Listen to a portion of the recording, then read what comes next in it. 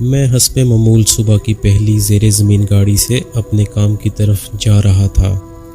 گاڑی کے کچھ مسافر پرسکون انداز میں بیٹھے اخبار کے مطالعے میں مصروف تھے تو کچھ اپنی سوچوں میں گم، اور کئی ایک تو بیٹھے اونگ بھی رہے تھے۔ سب کچھ ٹھیک جا رہا تھا کہ اچانک ایک اسٹیشن سے ایک آدمی اپنے 2 بچوں کے ساتھ گاڑی میں سوار ہوا۔ بچے کیا تھے کہ آفت کا پرکالا تھے۔ انہوں نے آتے ہی گاڑی میں وہ ادم مچایا کہ الامان الحفیظ۔ ٹک کر بیٹھنا تو انہوں نے سیکھا ہی نہیں تھا، مگر اس سب سے برعکس ان بچوں کے ساتھ گاڑی پر سوار ہونے والا شخص میرے پہلو میں ان سب باتوں سے بے خبر اپنی آنکھیں بند کیے بیٹھا تھا۔ بچے ایک دوسرے سے لڑنے اور جھگڑنے اور خوب چیخو پکار کے ساتھ ساتھ ایک دوسرے پر چیزیں بھی اٹھا کر پھینک رہے تھے۔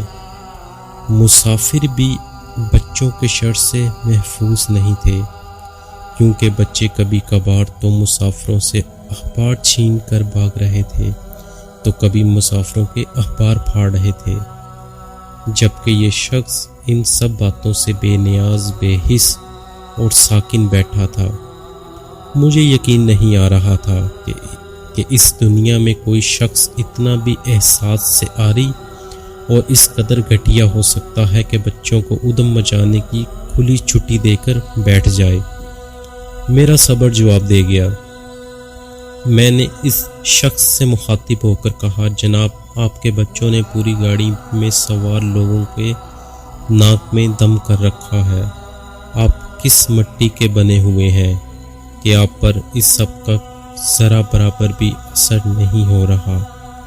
آدمی نے اپنی آنکھیں کھولی اور گرد و نواح پر ایک نظر ڈالی اور سب کچھ ایسے دیکھا گویا پہلی بار یہ سب کچھ دیکھ رہا ہو۔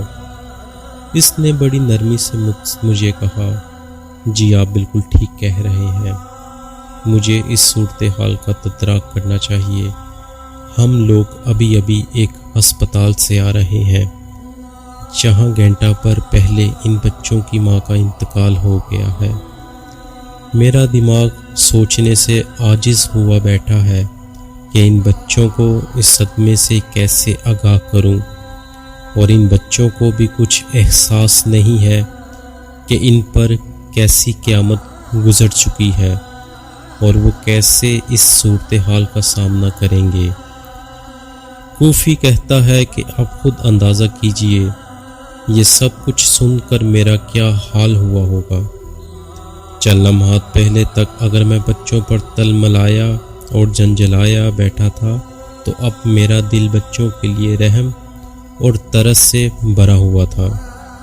میں اس گمبھیر صورتحال کا خوب اندازہ کر سکتا تھا۔